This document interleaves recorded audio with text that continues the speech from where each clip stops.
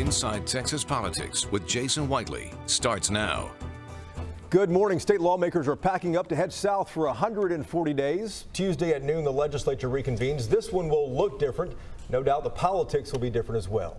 Our guests this morning, two veteran state senators, Kelly Hancock, a Republican from North Richland Hills, and Royce West, a Dallas Democrat. And joining the questioning, as always, is Bud Kennedy of the Star-Telegram. Happy New Year, guys. Happy New Year. Good morning. Are you ready? We're ready for Tuesday? We're ready. Well, let's talk about some of the politics there. North Texas replaced two Republican state senators with two Democrats. Tell us how that impacts the dynamics in that chamber. Kelly, we'll start with you.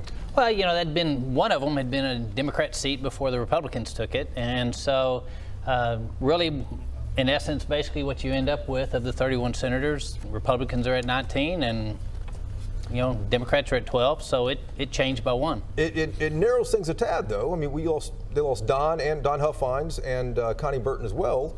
And picked up a seat in San Antonio. Right. Yeah. So it changed by one. The net is small, though, but I've talked to you multiple times, Senator West, about Democratic influence and how tough it always has been. You always said, just wait. Well, you know, and we're going to have to wait a little longer, and that's the reality.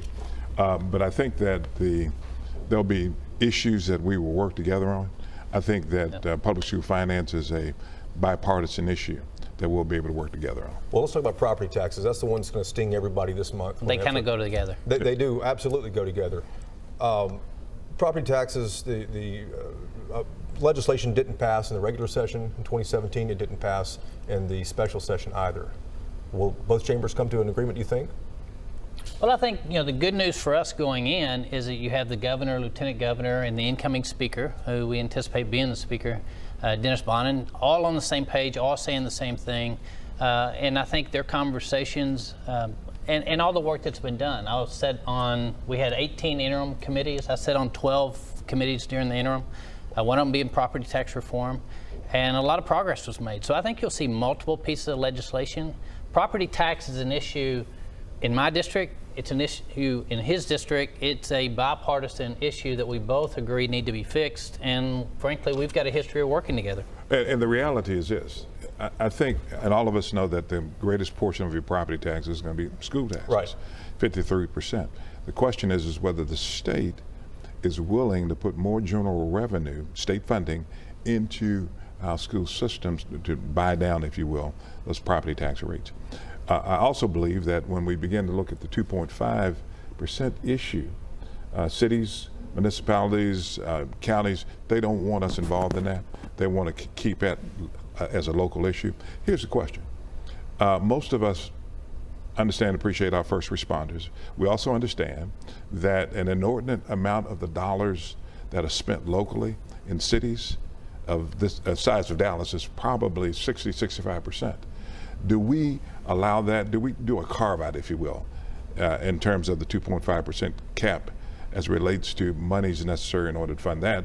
And so cities don't have to worry about that 65%. So, you know, there are ways that we can take a look at Kelly, do you support buying down, spending more state money on education, buying down what we're all paying for property taxes and education? I think what we clearly have seen is that people can't handle the growing escalation of their property taxes. It's growing at a much higher rate than population, inflation. Right. And so, you know, what's happened is we balanced that out several years ago, and then the state's portion was 50%. What's happened is local property appraisals have grown at nearly twice the rate of inflation, while government spending at the state level has maintained an inflation and population level.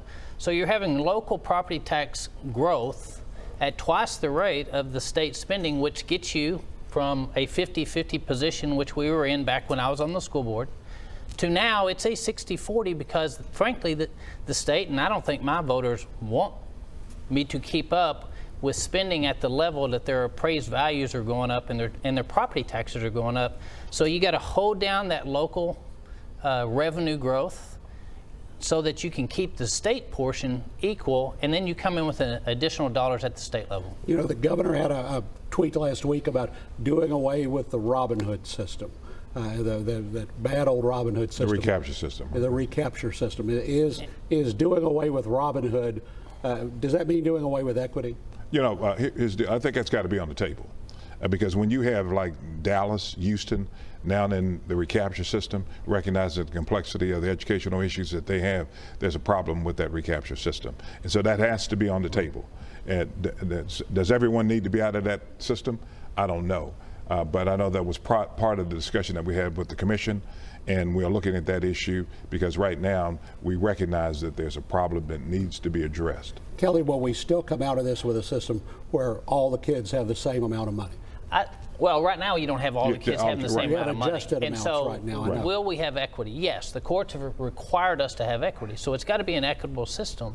But an equitable system, the Robin Hood the recapture program has just been a disaster, and nobody anticipated growing at the rate it is growing today. And frankly, it's because our urban areas are so expensive to live in today that families can't live in there, and so their property values are high, their number of students is low, therefore you have this huge recapture that's impacting Houston, Dallas, Austin. And it just doesn't work anymore. And so do we have to be equitable? Yes. Do we have to find a new system? Absolutely.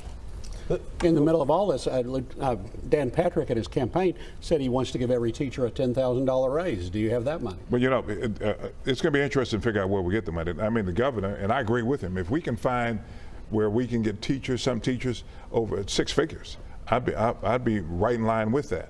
We've got to redo the way we're doing things because we're not getting the results that we need. And that's not a Democrat or Republican issue, but we've got to look at things that we believe actually work. We've got to look at people in the areas that are being effective to get ideas from and give those ideas an opportunity also. And Royce, that's in your backyard. You look at Dallas County and what DISD is doing when it comes to teacher and incentive pays. The ACE program. I mean, right. It allows teachers to make the kind of money that teachers deserve to make. A career ladder where you're purely paying based on years of service just doesn't work.